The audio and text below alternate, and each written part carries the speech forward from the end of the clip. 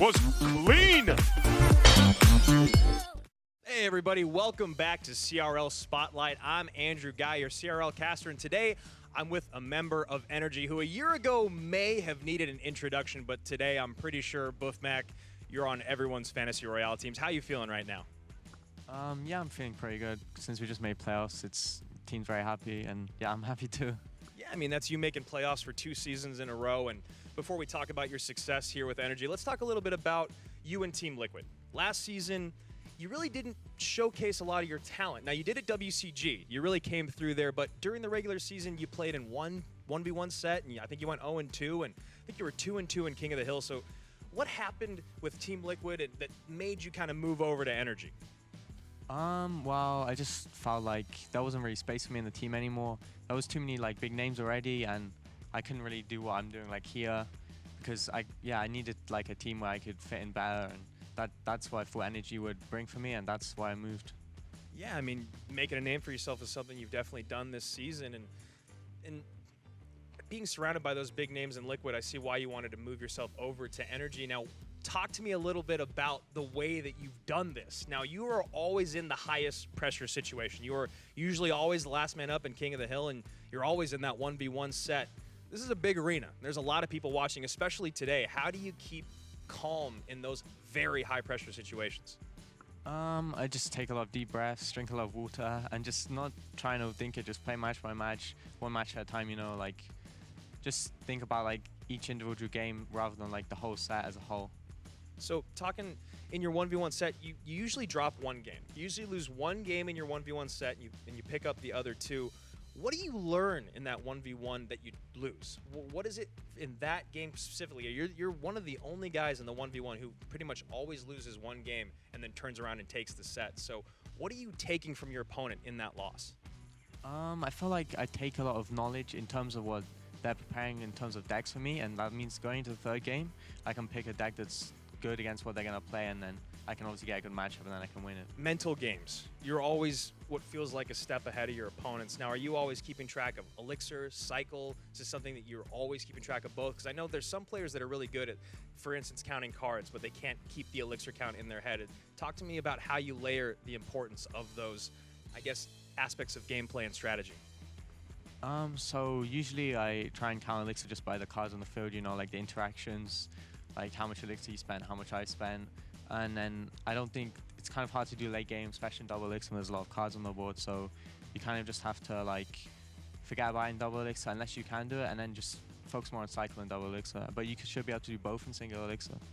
You started off 0-3. You turn around, you go 5 in a row. You lose to SK, which apparently everyone has been doing. What was something that your coaches had talked to you about, or maybe your camaraderie with trainer Dippets? You know, we see you guys in post-game interviews a lot. What were you guys talking about after matches during that kind of downtime? You really never seemed that defeated, honestly. Whenever we'd kind of run into you after the matches, you guys still seemed heads high, obviously frustrated with where you were, but you turned it around and then some. Yeah, it's because we're a new team. We're like had 2 new members to the team, and then we're just trying to figure stuff out because we had a new 2v2. We didn't know who was going to play that, and we didn't know who's the best in the 1v1, and up King of the Hill line we're still trying to work out. So it's just a lot of things that we had to trial in the first few games, and I kind of felt like we figured that out now, and that's probably why we started winning. So I don't know if you're going to like that I'm bringing this up, but your parents visited set a little while ago, and they were super friendly. They said they were huge fans of what we do here, other teams out there. I know they were asking players for pictures and all that. Is it hard being away from home, and is your family super supportive of what you're doing? I mean, it really seemed like they were. Yeah, my family is very supportive of this, and yeah, of course it's hard being home, like away from them, but you just have to like keep in contact with them, like speak to them regularly, and yeah, you don't really feel like you're away from them if you keep doing that. Yeah, and it seems like you and Energy have been pretty close. It's a better fit than it was with Liquid. Obviously, this is nothing against Liquid, but we all know how it works, chemistry among players.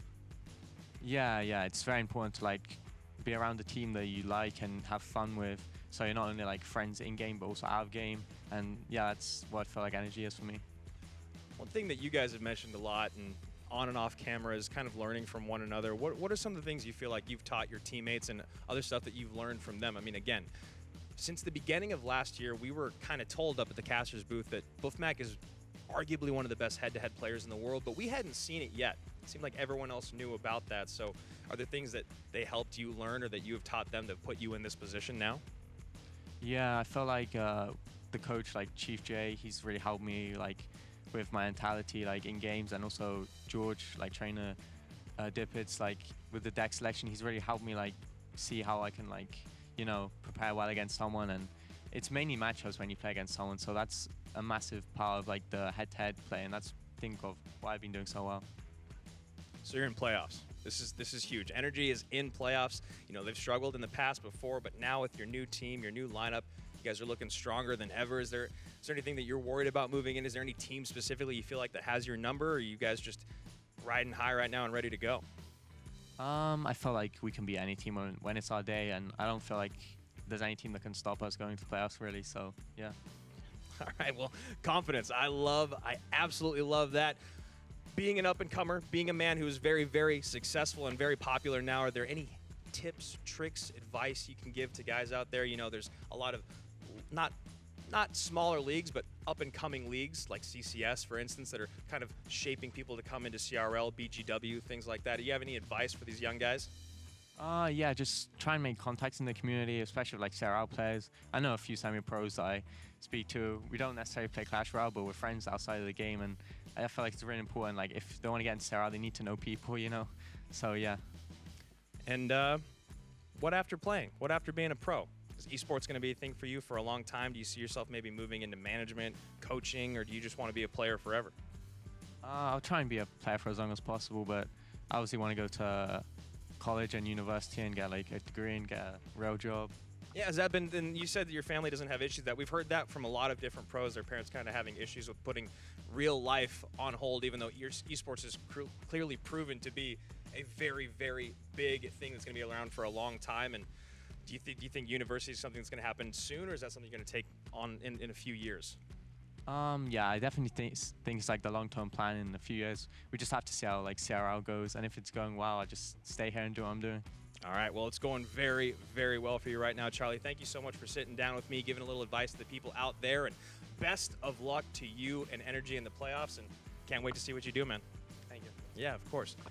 Guys, thank you so much for joining me for CRL Spotlight. Once again, I'm here with Boeufmac from Energy, who's going on their playoff run. Make sure to stick around for next week, and let me know down below in the comments who you guys want to see me interview next.